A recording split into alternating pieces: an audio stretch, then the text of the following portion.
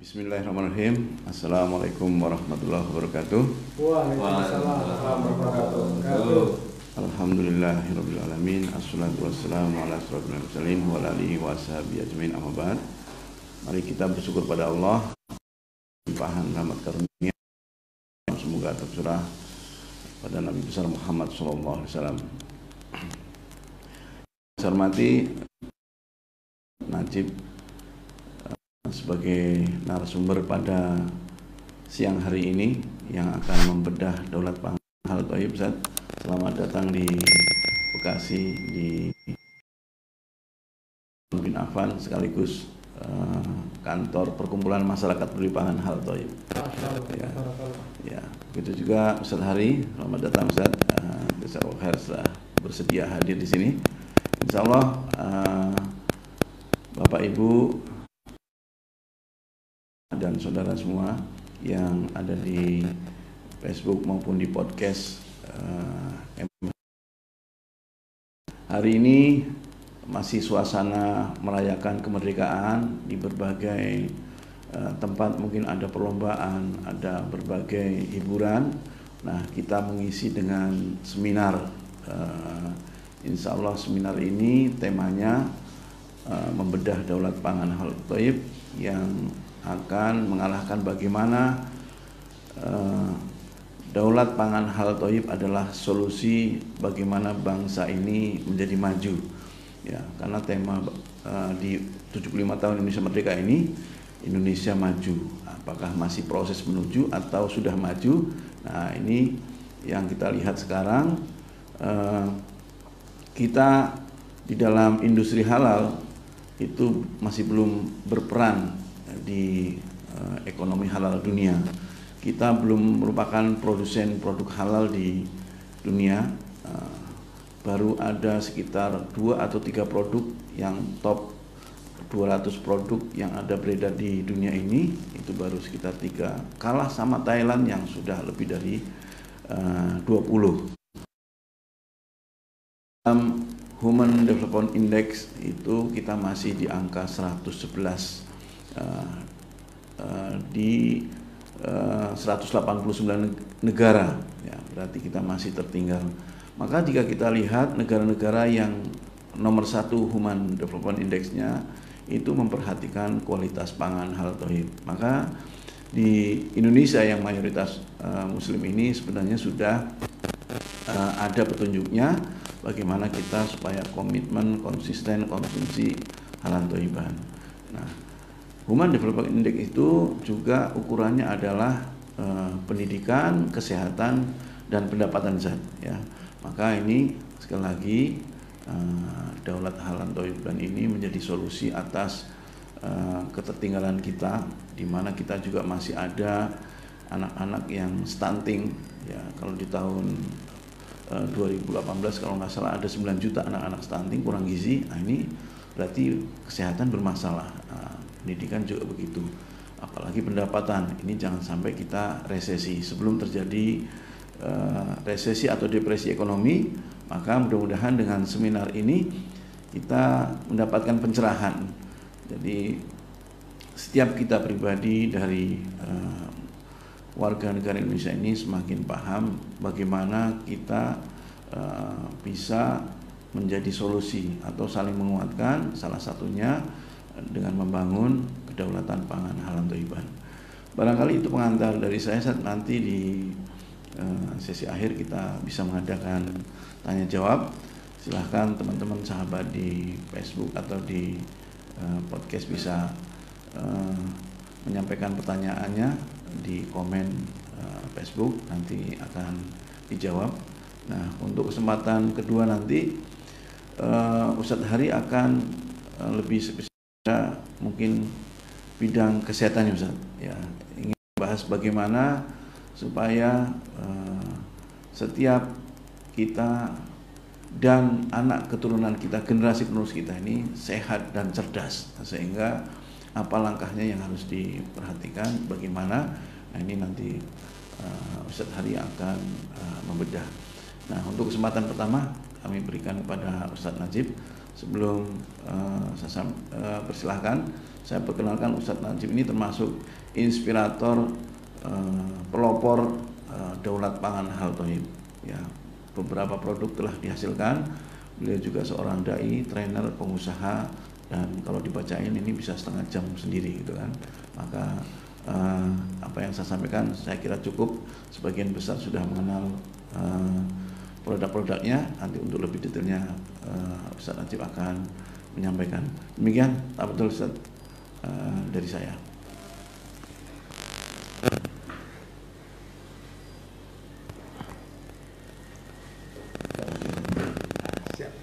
Assalamualaikum warahmatullahi wabarakatuh. Waalaikumsalam warahmatullahi wabarakatuh. Alhamdulillah hamdan katsiran kama amara syadallahu hasadana Muhammadan abduhu rasulullah. Allahumma shalli wa sallim wa barik ala Muhammad wa ala alihi washabihi.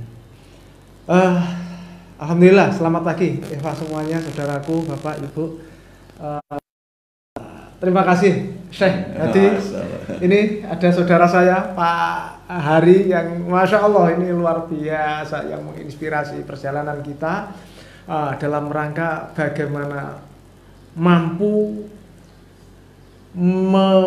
menikmati indahnya perjalanan hidup yang bisa dirasakan sekedar bibirnya karena dikasih apa merah-merah, terus kemudian tersenyum bisa manis, tersenyumnya bisa memikat orang walaupun hatinya dalam kepiluan.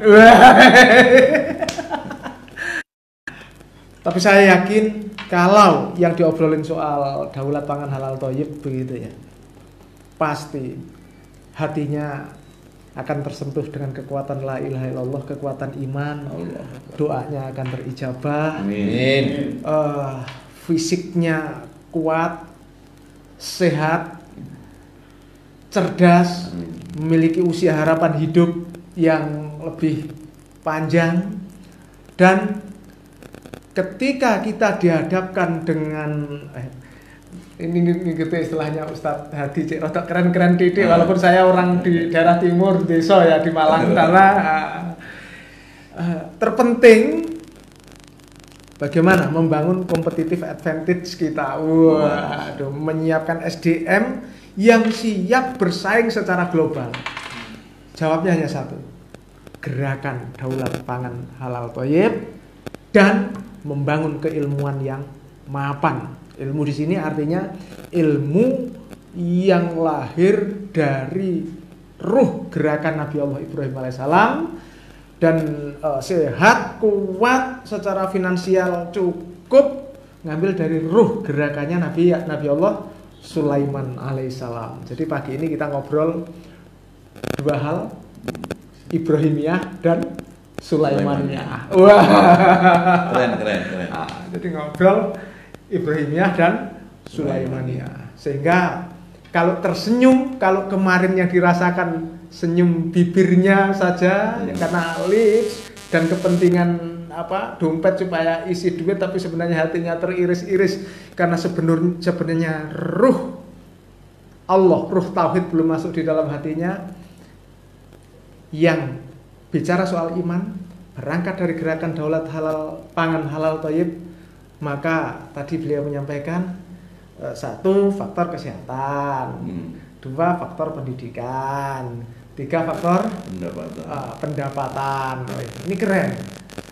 Kalau bahasa saya mungkin untuk mewujudkan ini, yang pertama bagaimana loyalitasnya dibangun, terus kemudian yang kedua integritasnya bagaimana ditata, baru kemudian yang ketiga masuk ke kapasitas keilmuan akan menghasilkan itu. Nah, dari ketiganya ini kalau betul-betul bisa diramu akan berpengaruh terhadap isi tas Anda. Wah, kan gitu kan. Ya, kalau isi tasnya itu gambarnya masih gambar pedang, belum merdeka. Gambarnya Pati Murad Kang Iku pegang pedang. Oh, kita masih masa-masa perjuangan. Tapi kalau sudah pakai kopiah seperti Ustaz Hadi, kan gambarnya Soekarno Hatta warnanya merah. Ini berarti sudah merdeka. Wah, sudah. Merdeka. Ini sudah merdeka. Nah ini apa?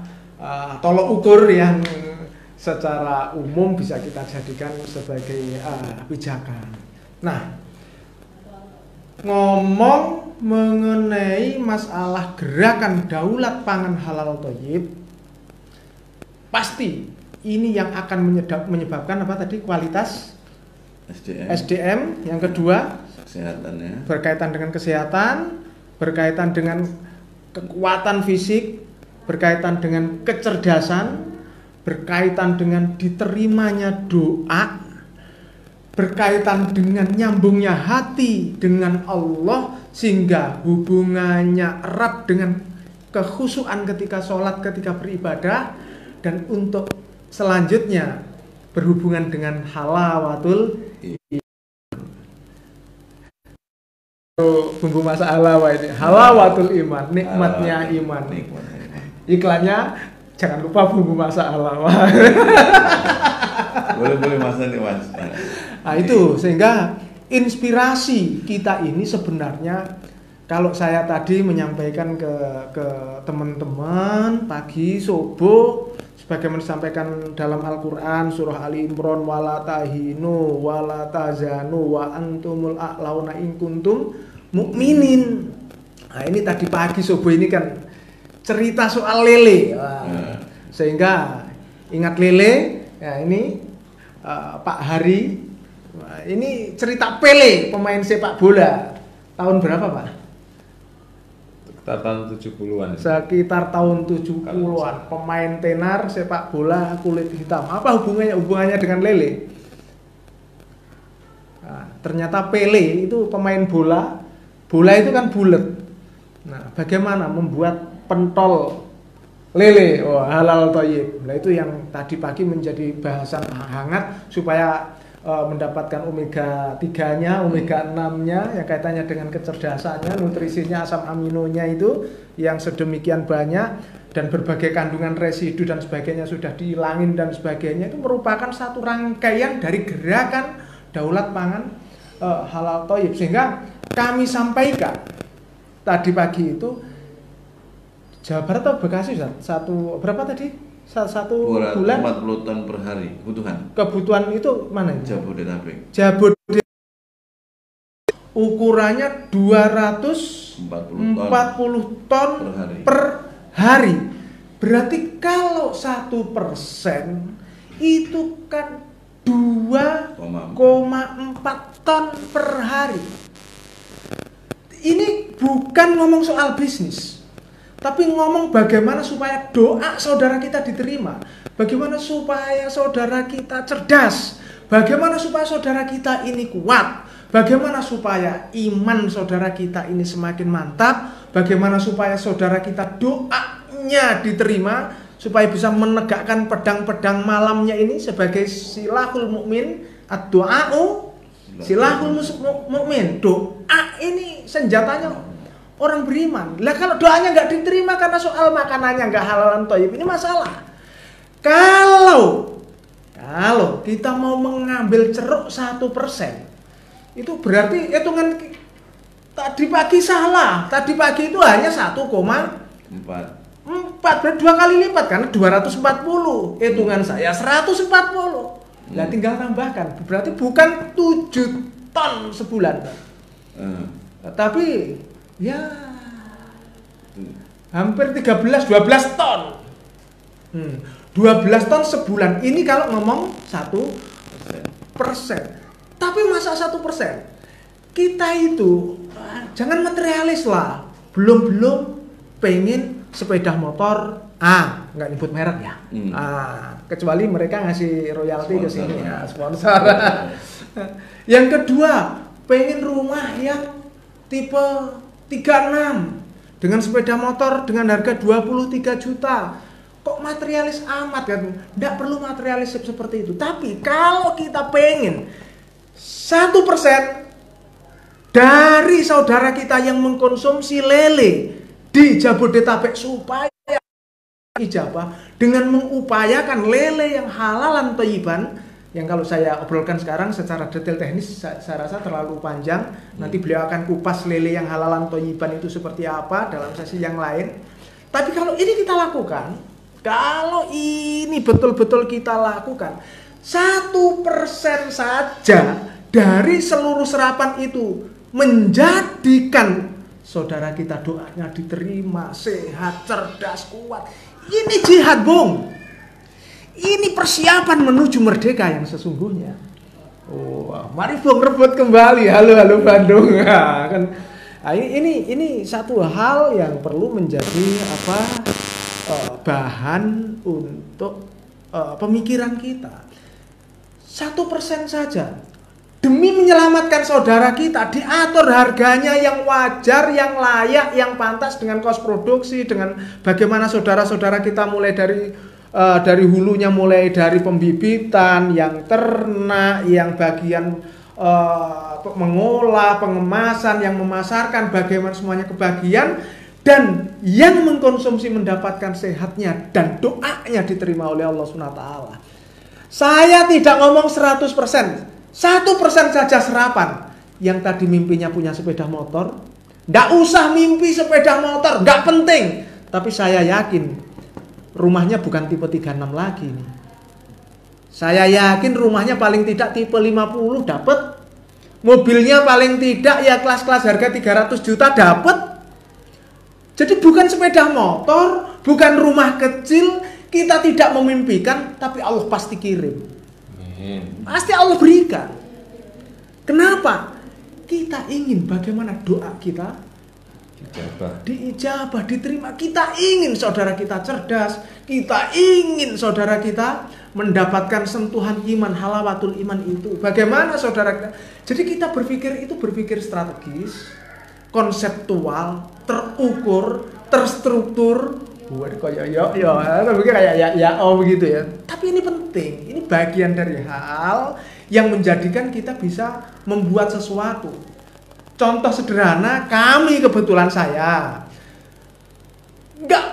nggak pernah berpikir punya pabrik, nggak berpikir punya perusahaan ini, punya perusahaan macam-macam. Tapi karena ingin saudara saya mendapatkan, saudara-saudara semuanya merasakan bumbu masak yang halalan thayyiban, ngobrol dengan teman-teman yang ahli, yang punya kapasitas, yang punya duit, punya macam-macam. Yuk buat pabrik, jadi pabrik halal, distribusi ada.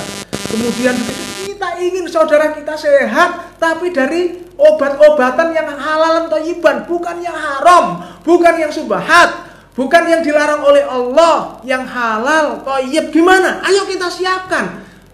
Allah kirim Pak Hari, dipertemukan, lahirlah produk-produk Indobio, ada Imun, ada Gastro, ada Tumere, macam-macam, satu perangkat seret sudah disiapkan semuanya. Jadi satu hal yang perlu kita ketahui bahwa ini gerakan, kalau kita ngomongnya untuk perjuangan, untuk jihad dan sebagainya, Allah yang kirim. Nggak merencanakan buat pabrik, Allah beri pabrik. Kita nggak merencanakan buat perusahaan, Allah kasih perusahaan. Kita tidak merencanakan punya rumah, Allah kasih rumah. Kita nggak mikirkan mobil yang macam-macam, Allah kasih mobil. Ini pasti. Tapi kalau cita-cita hanya dapat mobil, dapat apa kontribusi kita dalam rangka untuk membangun peradaban ini? Ini kalau tadi saya ngomong 1%.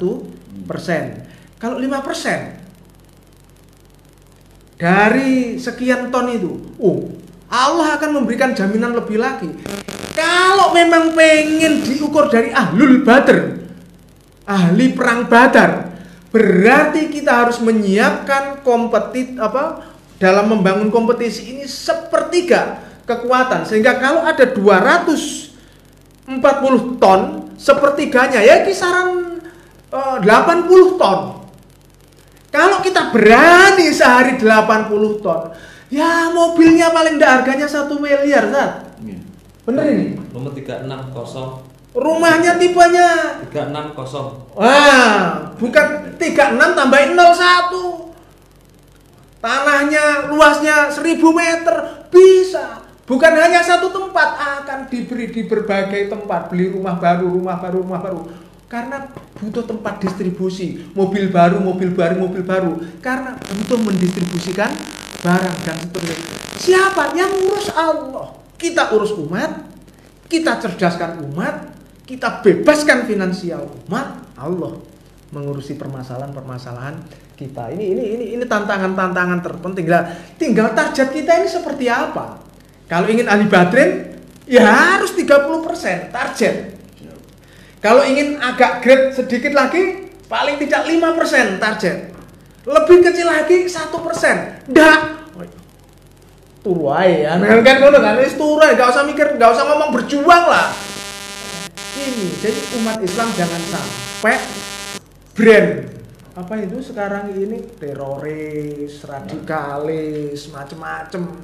Ini melekat pada kita karena kita ini orang-orang sumbu pendek, Cepet marah. apa jenenge, marahan, emosian, ngamuan, kalan misal. Ini kan nggak bermutu. Senengannya gelutan, kalan. Ini persoalan kita. Kenapa? Karena kita tidak memiliki competitive advantage, gagal membangun gerakan daulat pangan halal thayyib yang kemudian halal menyiapkan generasi yang soleh dan solihah. Jadi ukuran soleh solihah itu adalah standar SDM yang memiliki competitive advantage tinggi. Terus kemudian pangan halal thayyib adalah standar orang beriman untuk menyiapkan competitive advantage. Ini tadi alhamdulillah dapat salam dari teman-teman Bionet Madiun untuk saudara-saudara semuanya yang sebuah komunitas yang dibangun oleh Pak Hari ini alhamdulillah sekarang luar biasa tumbuh mulai menasional ini. Bahkan ada yang mudah-mudahan nonton, ada yang di Hong Kong, ada yang di Taiwan, ada yang di Korea, di Jepang dan sebagainya. Mudah-mudahan ikut hadir pagi ini dan bisa menyaksikan apa yang kita lihat ini. Salam kembali pada saudara-saudara kami yang ada di Bionet yang menjadi pionir gerakan daulat pangan halal thayyib. Jadi ini satu hal yang perlu kita persiapkan sehingga umat ini betul-betul akan bisa menang dalam percaturan membangun peradaban ini. Tapi ya kalau kita ya seperti biasa-biasa saja, ya jangan mimpi merdeka. Saya itu di depan tadi itu ada tulisan apa ya, gambar pedang itu di stiker depan itu. Sebelah lihat narkoba, nggak salah ada kata narkobanya. Oh iya, yang narkoba itu. Gimana tulis? Itu tindakan anak muda dari narkoba. Kalimat perjuangan kok itu. Perjuangan. Perangi. Oh iya. Perangi narkoba. Ganti itu. Perangi kejumutan, perangi yang haram. Tegakkan gerakan daulat pangan halal thayyib. Perangi makanan yang tidak halal thayyib mulai. Mulai kapan? Mulai sekarang, mulai detik ini. Sehingga kalau masuk ke rumah, ke dapur, lihat berasnya sudah halal thayyib apa belum? Lihat minyaknya sudah halal thayyib belum? Lihat gulanya sudah halal thayyib belum? Lihat lelenya sudah halal thayyib belum? Lihat mujahirnya sudah halal thayyib belum? Lihat ayamnya sudah halal thayyib belum? Lihat bumbunya sudah halal thayyib apa belum? Lihat berbagai variabel yang ada di dapur kita yang akan masuk ke dalam perut kita. Kalau yang kita konsumsi halal thayyib, saya jamin insya Allah kita sehat. Kita berobat dengan makanan kita. Jangan sampai kita makan dari obat-obat yang kita makan. Jadi bendino makan obat terus, pil terus, tapi dirubah. Kita selalu makan obat dari makanan-makanan yang halal thayyib yang kita konsumsi. Kan keren. Satu saat kita ke dokter periksa, habis itu pulang diresep. Resepnya apa? Beras. Produksi mantap. Halalan thayyiban. Kenapa harus pakai beras ini? beras tertinggi kandungan nutrisi 10%, protein 10% protein. Oh keren. 80% kandungan karbohidrat, serat. Uniknya apa? Kandungannya sudah bukan kandungan yang masih terikat, tapi semuanya kandungan-kandungan yang tidak terikat sudah menjadi kandungan terlarut sehingga ketika dikonsumsi bisa apa? Diabsorb semuanya oleh tubuh kita. Wah, ini kan keren. Ini kandungan proteinnya 10%, tapi terikat 6%. Yang bisa diserap tubuh kita cuma 4%. Toyib, ya kurang toyib dong. Kenapa? Diikat oleh ikatan-ikatan residu kimia, chemical, terus apa, gram berat. Khususnya diikat oleh belerang sebagai apa istilahnya, sulfur, ikatan sulfida. Nah, istilah kimianya seperti itu yang menjadikan sesuatu yang kita konsumsi menjadi makanan yang tidak halalan thayyiban. Ini penting, masing-masing variabel itu perlu kita cari, uji lab, dilabkan. Betulkah yang kita konsumsi ini halal thayyib? Jangan sampai kalah dengan Thailand. Dengan Thailand punya 20, kita punya 2. Lah ini kan masalah besar ini. Penduduk muslim terbesar di Indonesia. Masalah gerakan daulat pangan halal thayyib dimulai dari Thailand. Konyol. Jadi kita ini bagaimana akan menyiapkan generasi yang siap memiliki generasi yang kompetitif advantage tinggi, yang siap berkompetisi secara internasional. Ngono ceritane lesuk lek gede dadi anak sing soleh lan solihah. Allahumma amin. Dipakani panganan enggak halal thayyib. Pengene neng Jakarta mlaku ndek Banyuwangi enggak akan sampai, saudaraku. Nah, ini yang mungkin perlu menjadi apa?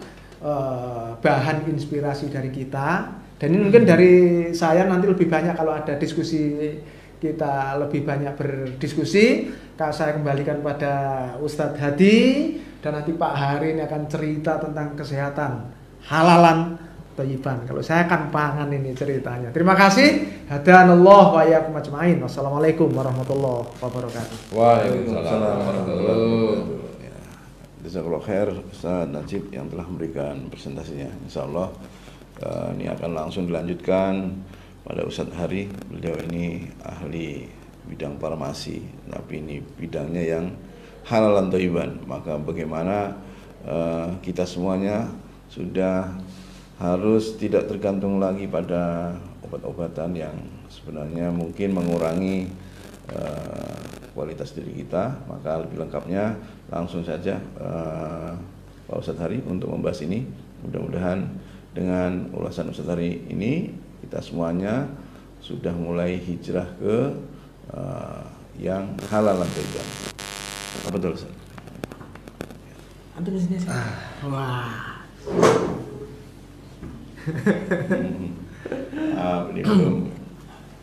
Bismillahirrahmanirrahim. Assalamualaikum warahmatullahi wabarakatuh. Waalaikumsalam. Luar biasa hari ini kita bisa tatap muka ya lewat media sosial. Saya tadi di sebelah Pak Najib begitu bergelurannya semangat ya, seperti saya ingat pidatonya Bung Tomo itu ya. Allah Luar biasa, saya juga akhirnya terbawa semangat, energinya luar biasa ya. Terima kasih Pak Najib yang sudah membawa kami untuk masuk di tatanan bagaimana kita ini sebagai umat yang betul-betul memperhatikan masalah makanan maupun obat-obatan yang akan kita konsumsi. Karena tadi sudah disebutkan, ketika sesuatu yang kita konsumsi tidak halal thayyib, maka tubuh ini akan menjadi lemah secara imunitas. Saya Arianto dari Magetan, sebelum saya lupa bercerita yang lain, saya menyapa teman-teman yang ada di Magetan, Madiun, Surabaya, kawan-kawan yang dalam komunitas Bionet yang sudah digagas oleh teman-teman, khususnya Mas Tata. Kami ucapkan banyak terima kasih atas ide-idenya selama ini. Dengan nama Bionet saya kurang begitu paham. Mungkin Bionet itu adalah Indobio Trainet begitu ya, memfasilitasi teman-teman yang di Finis Trainet dengan produk Indobio. Terkait dengan gerakan pangan daulat pangan halal thayyib, insya Allah Indobio menyambut dengan gembira gerakan itu dengan menghadirkan sebuah produk yang berbasis halal thayyib, dimulai dari pemilihan bahan bakunya. Tentunya betul-betul kita tahu kualitas bahan bakunya. Yang kedua, kita itu sebenarnya terinspirasi sering melihat saudara kita ketika sholat itu masih pakai kursi, Ustadz. Juga saudara kita, orang tua kita kadang-kadang sholat harus duduk, dan ketika mereka melangkah menuju tempat ibadah yaitu masjid, mereka jalan tertatih-tatih. Itu yang menginspirasi kami. Kenapa saudara kita itu kok fisiknya begitu gitu? Adakah yang salah selama ini? Kalau melihat gerakan daulat pangan halal thayyib ini, katakanlah apa yang kita konsumsi mulai tadi ikan lele ya, ikan lele, gurami, lauk pauk, nasi, katakan semua udah halal thayyib. Tapi kenapa kata Ustadz doa kita tuh lambat diijabah? Juga kenapa kita juga masih sakit? Adakah yang keliru? Kami melihat satu potensi ketika tubuh ini sudah halal thayyib, ketika kita sakit kita masih konsumsi sebuah solusi kesehatan yang selama ini kita konsumsi adalah produk-produk yang tentunya bukan halal thayyib. Indobio hadir untuk menjawab tantangan itu. Nah, kenapa ketika saudara kita mengkonsumsi produk-produk yang untuk kesehatan, katakanlah herbal, kok masih sakit, kok masih penyembuhan lama? Mungkin dipengaruhi satu, bahan baku. Ketika bahan bakunya kurang bagus, tentunya hasilnya juga kurang bagus. Indobio dengan kualitas yang baik, salah satu produknya adalah B-Immune tetes 30 ml. Itu adalah salah satu produk yang luar biasa, dahsyat testimoninya. Nah, bagaimana cara kerja B-Immune itu? B-Immune itu begitu kita konsumsi, dia akan memodulasi atau merangsang sel-sel kekebalan tubuh, sehingga ketika tubuh menjadi imunitasnya naik, itu kita akan sehat.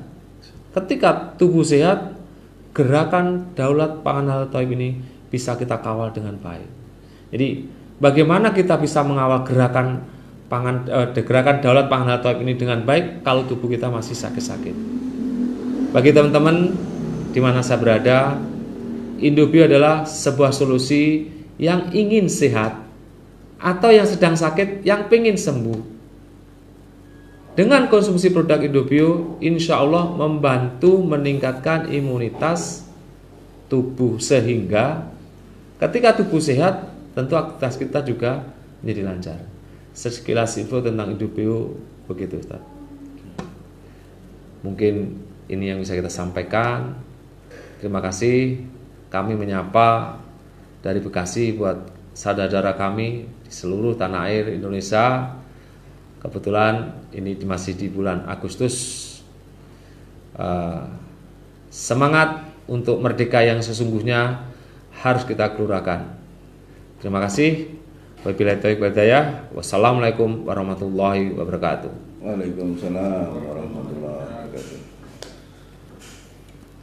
Jazakallah khair Ustadz Hari yang telah memberikan presentasinya tentang tadi produk-produk Indobio dan pentingnya kita mengkonsumsi obat-obatan yang sehat, yang halal thayyiban. Maka selanjutnya kita diskusi dulu, Ustaz. Kalau dari Facebook ada yang bertanya di Facebook? Belum ya. Kalau tidak ada, mungkin kita sharing ngobrol agak santai gitu. Jadi pertanyaan pertama kepada Ustadz Najib dulu ini barangkali.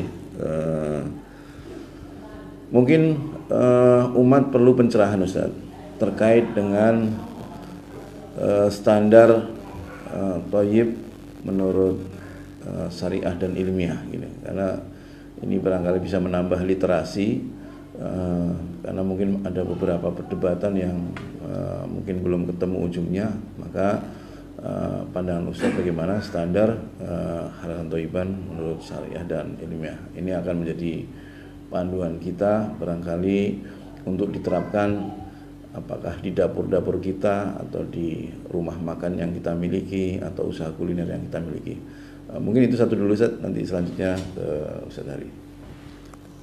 Ini bisa dicopot. Bisa copot guys? Coba-coba. Ya. Enggak apa, enggak usah pindah. Ini copot aja. Naik ke atas. Enggak, bawah. Ke bawah. Mana? Tarik ke bawah. Harus ke atas. Dari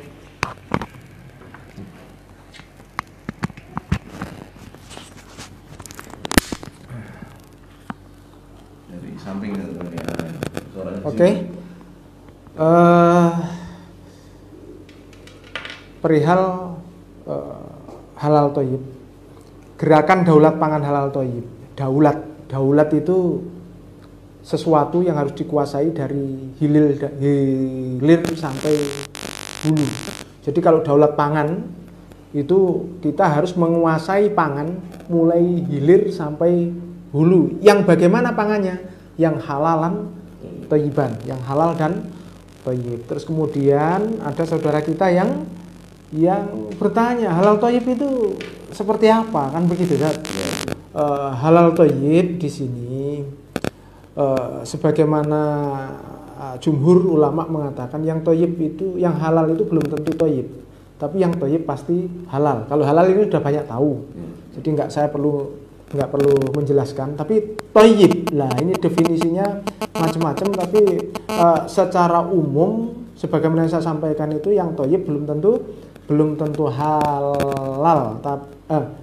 Yang halal belum tentu thayyib, yang thayyib pasti halal. Jadi sesuatu, Ibnul Qayyim menyampaikan sesuatu yang membuat nyaman, sehat, baik hati maupun fisik, menyangkut hati maupun fisik. Jadi kalau membuat masalah tauhid tidak terganggu, wah itu halal thayyib. Tapi membuat tauhid terganggu, ya berarti tidak halal thayyib. Membuat tidak sehat, nah itu ya berarti tidak halal thayyib lah. Yang menjadi masalah sekarang di Indonesia itu batasan deskripsi halal thayyib belum ada. Yang kedua, regulasi halal thayyib juga belum, regulasi thayyib itu juga belum, batasan definisinya saja belum jelas. Sehingga kalau kita ke toko mau membeli makanan yang halal gampang, tinggal melihat sertifikat BPJPH. Dulu halal MUI, sekarang halal BPJPH, begitu saja. Tapi kalau kita ingin mencari makanan yang sertifikasi thayyib, standar thayyib itu seperti apa, itu belum ada. Dan hampir semua saudara-saudara kita tidak ngerti. Hanya saja terkadang saudara kita itu melihat thayyib bisa dilihat dari nutrition fatnya, ingredientnya lah, istilahnya seperti itu. Tapi lebih jauh masalahnya, apakah jujur perusahaan dalam menulis lab ingredient jujur, tapi jujur itu belum tentu baik. Bagaimana? Tidak ditulis karena tidak menguntungkan perusahaan, merugikan kita, tapi dia jujur. Jujur dalam artian karena nggak ada yang tanya, yang beli juga tidak peduli dengan apa, yang beli juga tidak peduli dengan apa yang dibeli, yang jualan yang nggak akan menulis hal-hal yang itu lah. Sehingga kita kan perlu menanyakan, ini kandungan pestisidanya seperti apa, kandungan timbangnya seperti apa, kandungan bla bla bla, itu untuk standar thayyib dari sisi kandungan, thayyib dari sisi dari berbagai hal yang itu. Sehingga thayyib di sini erat juga kaitannya dengan SDM. Makanya dalam hadis Rasulullah salah satunya disampaikan ketika komunitas orang bertakwa ini sudah terbangun, sampai muncul hadis itu ya, nahnu qaumun taqiyun, kami komunitas orang bertakwa, lanak kulu illa ta'ama taqiyin. Kami nggak akan mengkonsumsi kecuali produk yang dibuat oleh saudara kita yang bertakwa, kecuali yang didistribusikan saudara kita yang bertakwa, kecuali yang dijual oleh saudara kita yang bertakwa. Sehingga kalau belanja itu memilih ya tokonya saudara yang bertakwa, memilih ke yang dibuat oleh saudara kita yang bertakwa. Karena jaminannya itu bukan hanya sekedar jaminan sertifikat. Orang bertakwa itu pengen saudara yang bertakwa itu doanya diterima, pengen kita masuk surga bareng-bareng. Sehingga ketika wasiqal ladzina taqaw rabbahum ilal jannati zumara, rombongannya ya dengan orang bertakwa, orang kafir rombongannya dengan orang kafir. Nah, wala yaqulu ta'amana illa taqiyun. Dan saya memproduksi sesuatu ini niat saya untuk menyediakan pada saudara saya yang bertakwa.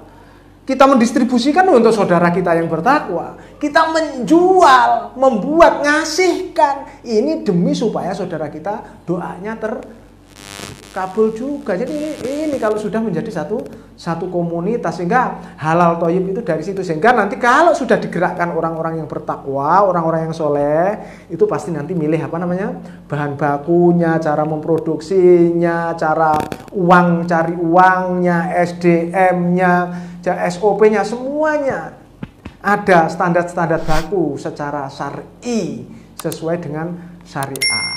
Jadi gambaran secara umum seperti itu, sehingga ini penting dan ini menjadi sesuatu yang wajib menjadi gerakan bagi kaum muslimin. Saya rasa begitu, Ustaz.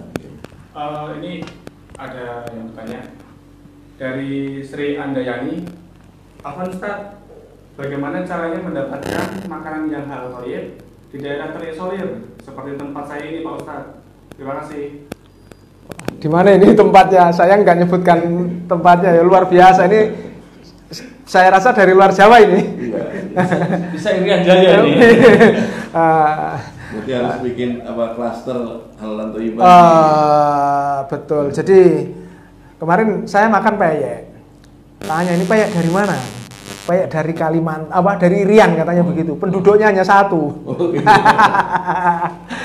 Penduduknya hanya satu. Oke. Pentingnya yadullah fauqa jamaah. Tangan Allah itu terlibat.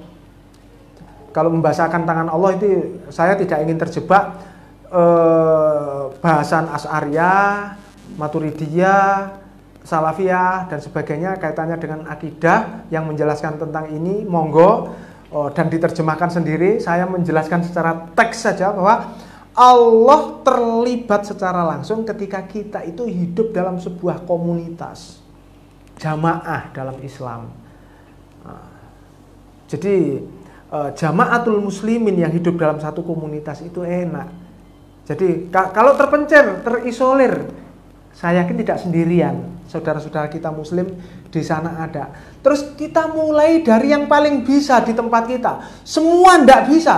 Kalau semua tidak bisa, satu kita komitmen. Misal, kalau kami komitmen secara pribadi dulu, mulai dari mana? Mulai dari air putih. Sehingga, maaf, saya terus terang ragu kalau minum minuman yang pakai filter macam-macam itu. Karbonnya karbon dari mana itu?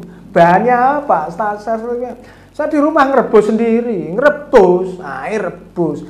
Dari air saja harus, terus kemudian bagaimana menyiapkan air yang terstandar halal thayyib. Nah, kalau saya membahasakan yang sehat halal thayyib, sehat belum tentu sehat menurut lembaga-lembaga yang ada, belum tentu halal thayyib.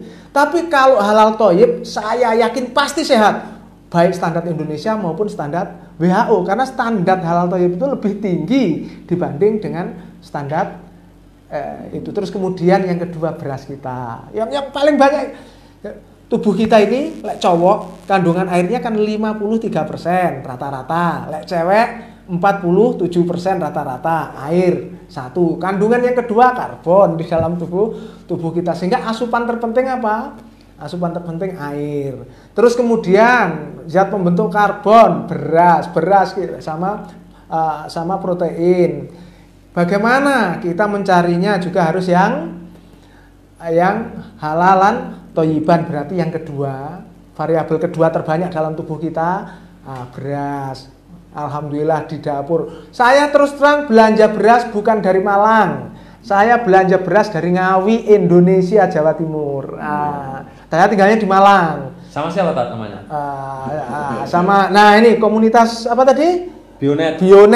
Nah, dari komunitas Bionet saya beli beras, harganya harga Ngawi.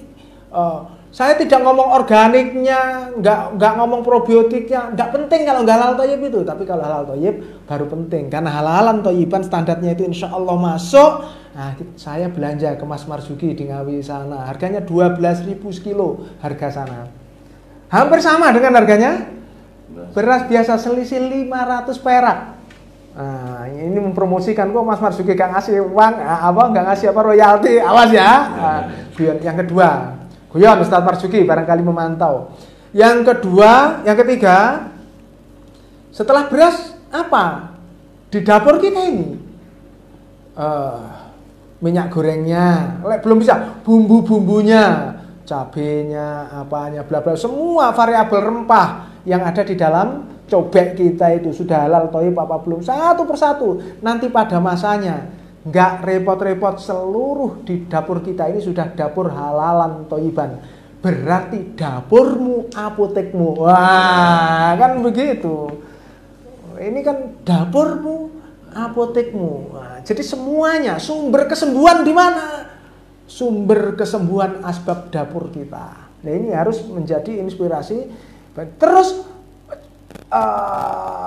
indikatornya apa? Sehati, sehat, halal, toyib. Dah itu aja. Orang beriman nggak usah pakai indikator macam-macam. Sehat, halal, toyib, selesai. Lah, variabelnya apa saja? Lah itu nanti. Oh, harus non pestisida, non timbal, harus bla bla bla bla bla. Terus kandungan nutrisinya, jangan junk food, makanan sampah, bla bla macam-macam dan sebagainya. Itu ada variabel-variabelnya. Beli jajan anak kita, ojek ciki, tapi apa? Ya goreng pisang goreng sendiri kan ya lebih keren kan, begitulah. Buat jajanan sendiri kan lebih keren di rumah kita. Lebih baik makan gembili, ketela, bote, suwek. Arek-arek gelem enggak ya, enggak ngerti. Kalau mau konsumsi herbal yang halal toyib? Walah, herbal halal toyib. Kata Pak Haryanto ini jangan lupa Indobio. Jadi begitu, walaupun komunitas kecil dimulai dari yang paling mungkin dulu. Kalau semuanya sekarang berat dimulai dari yang kecil. Dulu saya mulai dari air. Ketemu Ustadz Hadi dulu saya cerita air. Terus kemudian beras. Nambah lagi. Nanti seluruh dapur. Buahnya macam-macam. Semuanya nanti. Bangun komunitas. Di depan rumah ada sedikit kebun. Nanam bayam sendiri. Lele sendiri. Mulailah membangun daulat halal toyib di sekitar kita. Kita gerakkan orang di lingkungan kita. Insya Allah begitu. Jazakallah khair Ustaz atas jawabannya. Mudah-mudahan memuaskan ya, bisa dipahami. Ini ke Ustaz Hari nih, Ustaz Hari. Jadi kalau kita belajar ke Rasulullah, kan Rasulullah jarang sakit nih, kan gitu ya. Bagaimana tetapi di zaman sekarang ini kadang orang sudah konsumsi herbal, Ustaz, udah pakai tibu nabawi masih sakit juga gitu kan. Nah, ini mungkin pertanyaannya adalah tip-tipnya, Ustaz. Bagaimana cara kita tahu bahwa tidak yang Allah ciptakan ini kan tidak ada yang sia-sia, semuanya punya fungsional. Makanya kalau di kami mencoba mengenalkan makanan fungsional halalan toiban. Nah, tetapi ini ke Ustaz Hari lebih ke supaya ini tidak salah konsumsi, Ustaz. Ya, jadi sakitnya ibaratnya sakit kepala tapi dikasih apa gitu ya, herbal apa gitu, nggak nyambung. Atau sakitnya sakit kanker, dikasihnya sakit sendi atau rematik sehingga nggak nyambung. Nah, ini perlu tip mungkin ilmu bagaimana supaya saudara-saudara kita ini tepat sasaran, beli herbalnya tidak salah pilih. Demikian, Ustaz. Terima kasih. Pertanyaan yang menurut saya sederhana tapi perlu penjelasan agak luas ini ya, global sekali. Kalau bicara hal thayyib tadi sudah disampaikan sama Ustaz Najib terhadap dengan makanan kita. Kalau bicara herbal, tentu Indobio adalah sebuah solusi yang berkeinginan mengkonsumsi herbal hal thayyib adalah Indobio. Indobio mempunyai 10 kapsul varian. Misalkan saudara kita ada masalah dengan jantung, ada produk namanya kardio yang kena kanker tumor bisa memakai atau konsumsi dengan tumere, yang diabetes untuk membantu angka kesembuhannya bisa pakai diap, yang asam urat pakai diurik, atau yang pengen menaikkan imunitas bisa pakai tetes imun yang isinya 30 mili. Insya Allah semua komposisi maupun cara pembuatan sampai akhir proses filling atau pembotolan semua terstandar halal thayyib. Jadi jangan lupa saudara-saudara kita jika menginginkan sebuah produk yang halal thayyib yang berbasis herbal, Indobio sudah membuat varian yang tinggal kita sakit apa di situ tinggal kita pilih, begitu Ustaz. Insyaallah. Ya. Iya. Herbal. Rasulullah dulu kuat. Sekarang nambahkan aja. Udah keren. Rasulullah dulu kuat, tapi terus kemudian sehat, nggak sakit ya, jarang sakit dan sebagainya. Tapi sekarang kok saudara-saudara kita sakit-sakitan padahal ya sama-sama minum herbal, bahkan dikatakan atibun nabawi, herbalnya Rasulullah. Oke. Kemarin kebetulan pas kami bahas di sebuah pabrik, di pabrik kita buat herbal itu, dalam tubuh kita itu ada istilahnya dikenal human cell. Dari 100% human cell kita itu, yang milik kita pribadi itu ternyata hanya 10%. Yang 90% itu biocell. Jadi makhluk hidup berupa ada simbiom, mikrobiota dari mikrobiota lah. Ketika zaman itu, zaman Rasulullah itu kan ketika mengikuti sunatullah hidup ini, probiotik kita dalam tubuh kan masih sempurna. Nah, sekarang ini orang yang lahir sesar dengan yang lahir sempurna lewat jalan tolnya, itu kandungan simbiomnya itu sudah sangat beda. Sel-selnya itu banyak berbeda, itu yang pertama. Yang kedua, orang yang minumnya susu ASI, anak bayi yang minumnya susu ASI dengan yang minumnya susu sapi, itu probiotik yang tumbuh itu strainnya sudah berbeda. Dengan adanya junk food, ada macam-macam grade-nya itu berbeda, sehingga dari yang 90% itu human cell, yang 90% itu banyak yang berbeda dibanding dengan zaman dahulu. Terus kemudian masalahnya di mana kan gitu kan? Nah, ini berarti herbalnya tetap herbal, pakai herbal atibun nabawi. Misalnya madu, tetap madu habati sauda, tetap habati sauda. Misalnya terus kemudian minyak zaitun atau herbal Nusantara, herbal Quran, herbal surga dan sebagainya. Itu pertanyaannya, iya herbalnya herbal sunnah. Cuman cara nanamnya juga nyunah apa enggak? Ini masalah juga. Kandungan pestisidanya tinggi apa enggak? Ini masalah juga. Jadi ngomong nyunah itu, ngomong kurma, ya jangan hanya kurmanya. Budidayanya itu ya sesuai zaman Nabi dulu apa enggak? Itu namanya cara berpikir integratif, yang terintegrasi. Sehingga kalau ngomong kurma Nabi, kurma zaman Nabi, cara pola tanamnya seperti itu, kandungannya masih utuh seperti itu. Contoh, Nigella sativa ini habatus sauda, yang terkenal kan habatus sauda dari Habsah kan gitu kan, Habasi itu Ethiopia ya, perbatasan Ethiopia ini masuk Afrika. Habatus sauda di Habsah, kok di Habsah di mana? Di Habsah itu kandungan nigelonnya itu sampai antara 60 sampai 70%. Tinggi. Dan itu yang dikonsumsi Rasulullah. Lah, di Afrika negaranya negara sebelah. Habatus sauda sama, warnanya sama, rasanya sama, susah sekali dibedakan. Tapi kandungannya hanya 5%. Lah terus berarti kan 5 banding 70, 60 aja lah. 5 banding 60, kelipatan berapa itu? 12. Jadi 12 banding 1. Nah, ini baru dari sisi tempatnya, sehingga madu ya enggak sekedar madu. Nigella sativa, habatus sauda ya bukan sekedar habatus sauda. Semuanya itu by riset, by science kan gitu kan. By ilm, dengan apa? Dengan ilmu, diilmui ketika menyampaikan sesuatu. Contoh, minum madu, anaknya mencret loro kabeh, di rumah ada madu, nyunah diminum madu, di rumah adanya madu hutan, diminumi madu hutan, kebetulan mencret tambah nemen, sunah. Gak bisa ge ngobati jarene madu tambah mari, mencret tambah dehidrasi seharian.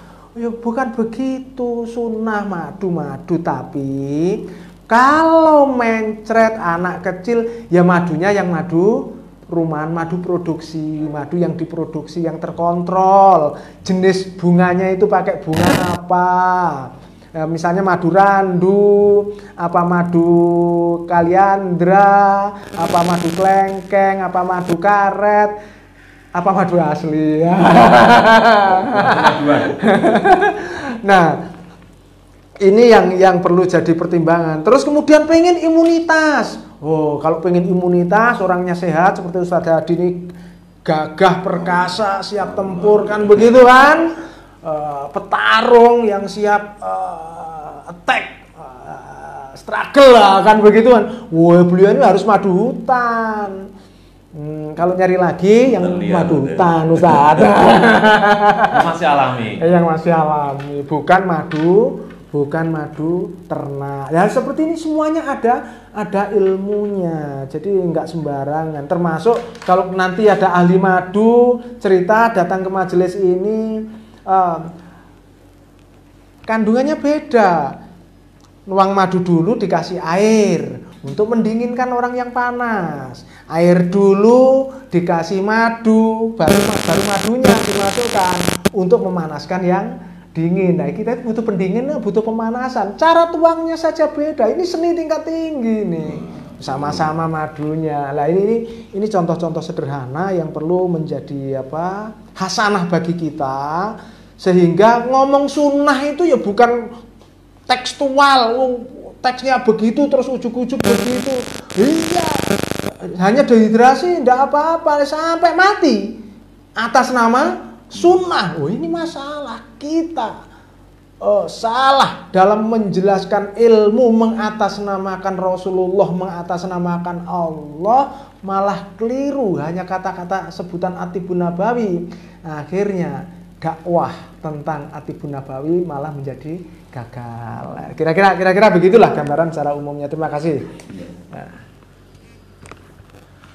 Jazakallahu khair, Ustaz. Ini sudah hampir 1 jam atau sudah 1 jam? 1 jam lebih. Ya, 1 jam. Mungkin perlu kesimpulan, Ustaz. Kesimpulan sekaligus nasihat dan motivasi di tengah efek pandemi ini, Ustaz. Bagaimana supaya 3 pilar ini, pendidikan, kesehatan, dan pendapatan minimal dalam posisi aman atau cukuplah, syukur-syukur bisa berlebih. Nah, ini perlu Ustadz berikan nasihat atau tips barangkali supaya saudara-saudara kita yang sedang menghadapi kesulitan-kesulitan ini dapat solusi, Ustadz, gitu. Ya, jadi pendidikan yang orang tuanya belum siap jadi guru, bagaimana supaya bisa transfer ilmu kepada anaknya karena belum bisa masuk sekolah. Kesehatan juga begitu, jangan sampai mungkin dirawat di rumah sakit, nah, pendapatannya juga begitu. Barangkali masing-masing 1-2 menit dari Ustaz Najib dan Ustaz Hari.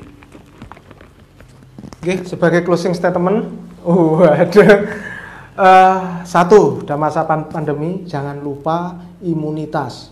Bahasanya Pak Hari, imun, jangan lupa minum imun, kan begitu. Tapi juga pilih makanan-makanan yang halalan thayyiban, itu yang paling penting. Terus kemudian terkait dengan 3 pilar tadi, pendidikan, kesehatan, pendapatan. Mulainya bukan dari situ, mulai yuk dari gerakan daulat pangan halal thayyib. Semuanya selesai. Dimulai dari pendidikan, nggak punya duit, nggak iso rek. Pengen sehat, gak duwe duit, ya ndak iso rek. Gak mangan sehat halal thayyib ya ndak iso. Pengen duit akeh, gak dimulai dari sesuatu yang bisa menggerakkan, ya ndak bisa. Ayo, kalau bisnis yang halal thayyib, mangan yang halal thayyib, dodolan yang halal thayyib, produksi yang halal thayyib, diawali dari gerakan daulat pangan halal thayyib. Bahkan maaf, kita yang salah, industrialisasi pendidikan, industrialisasi kesehatan, rumah sakit dan sebagainya, industrialisasi keamanan, hentikan sekarang. Gerakkan duit ke sektor real, bangun gerakan daulat halal pangan halal thayyib. Insya Allah pendidikan gratis dengan kualitas persis seperti sekarang, bahkan lebih, akan tercapai. Kesehatan gratis bisa tercapai. Keamanan gratis, nanti gak akan ditilang-tilang polisi lagi. Selesai. Mulai dari gerakan daulat pangan halal thayyib. Ya, silakan Ustaz Hari. Statement saya sederhana. Kalau mau sehat, tingkatkan imun. Dengan cara apa? Konsumsi produk-produk Idobio. Terima kasih. Luar biasa, para narasumber ini, kami ucapkan jazakumullah khairan jaza. Barakallahu fikum jami'an. Mudah-mudahan para ustadz ini, pejuang-pejuang halal thayyib ini, selalu diberi kesehatan, sehat walafiat, kemudian selalu diberi rezeki yang berlimpah, ya, umur panjang, ya, supaya bisa mendidik kami ini yang masih proses belajar dan berjuang, dimudahkan segala urusannya di dunia dan di akhirat kelak, dan tentunya keluarganya menjadi keluarga yang sakinah mawaddah, sehat dan cerdas.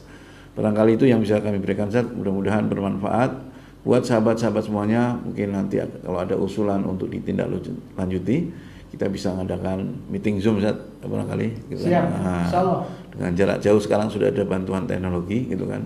Walaupun wabah ini menghalangi kita bergerak, tapi insya Allah kita masih terus bisa memberikan manfaat bagi sesama. Dan ini sekali lagi di closing statement bahwa daulat pangan halal thayyib adalah solusi untuk masalah kesehatan, untuk masalah pendidikan, dan juga untuk pendapatan. Demikian, mudah-mudahan bermanfaat. Mari kita tutup dengan doa kafaratul majelis. Subhanaka Allahumma wa bihamdika, Assalamualaikum warahmatullahi wabarakatuh. Waalaikumsalam.